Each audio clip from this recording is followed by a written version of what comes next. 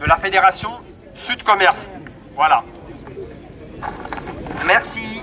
Donc comme on indique, nous on a un syndicat de salariés du commerce qui organise entre autres les ouvriers de la logistique. Et on a d'ores et déjà appelé d'ailleurs à la grève le 10 septembre prochain. Bon, enfin, vous sentez pas là, dans l'air là, depuis ces dernières semaines, il n'y a pas quelque chose qui est en train de changer? Vous voyez comme devant ils sont transis, comment ils commencent à avoir peur. Mais la vérité c'est que ça vient de loin, ça vient pas de nulle part. Ça vient de tout ce qui s'est passé depuis que Macron il est au pouvoir et qui veut nous imposer son monde dégueulasse. Il y a eu une nuit debout en 2016. Il y a eu évidemment vous, les Gilets jaunes, en 2018-2019, dont notre syndicat, en tout cas, on était solidaires dès l'acte 2 sur Paris et la répression féroce que vous avez subie. Il y a eu le pass sanitaire. Avec notre syndicat, on s'est battu devant le tribunal pour qu'on n'ait pas à montrer ce foutu pass à l'entrée d'un centre commercial. Il y a eu la mobilisation contre la retraite à points en 2019-2020. Évidemment, il y a eu des millions de personnes dans la rue en 2023 contre les 64 ans. Et bien tout ça, c'est une accumulation de force, c'est une accumulation d'expérience, et c'est ça qui fait qu'on en arrive au 10 septembre. D'ailleurs, avant le 10 septembre, il y a quoi? Il y a le 8 septembre. Je vous rappelle que lundi, on fête quoi? Le pot de départ de Bayrou.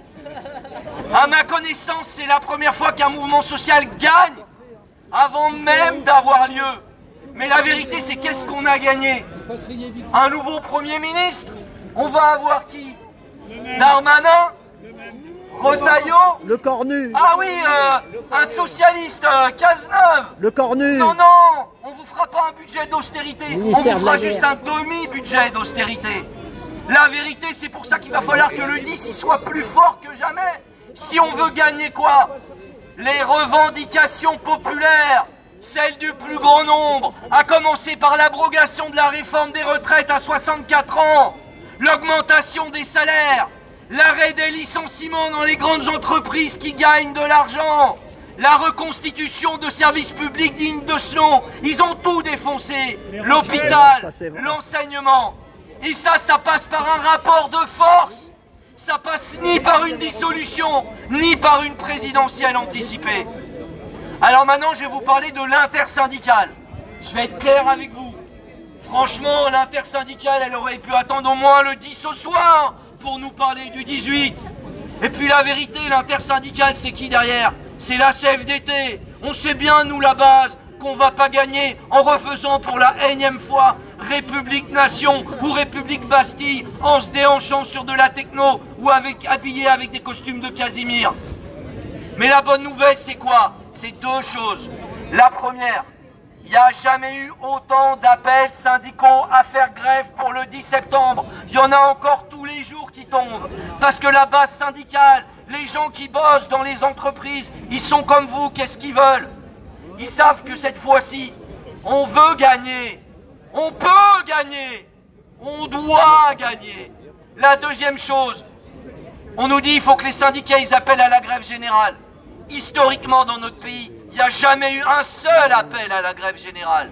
Si une fois, en 1906, parce que c'était la CGT, et à l'époque la CGT, c'était comme vous les Gilets jaunes, ça y allait fort. Bien sûr qu'il y a eu des grèves générales, en 1936, en 1968, en 1995. Mais pourquoi?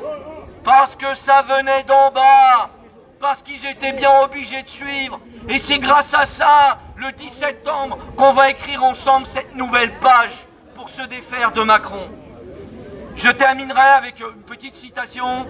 Quand tout un tas de petites personnes, dans tout un tas de petits endroits, font un tas de toutes petites choses, eh ben ensemble ils peuvent changer le monde. Parce que c'est ça qu'il faut. C'est urgent de changer le monde, c'est urgent de se défaire de ce monde pourri. Et ça passera par l'action, par la mobilisation, le 8 au soir, le 10 septembre et dans les jours qui suivent. Merci. Merci. Merci. Merci Laurent. Laurent du syndicat Sud. Vous parlez là des énergies, notamment du gaz.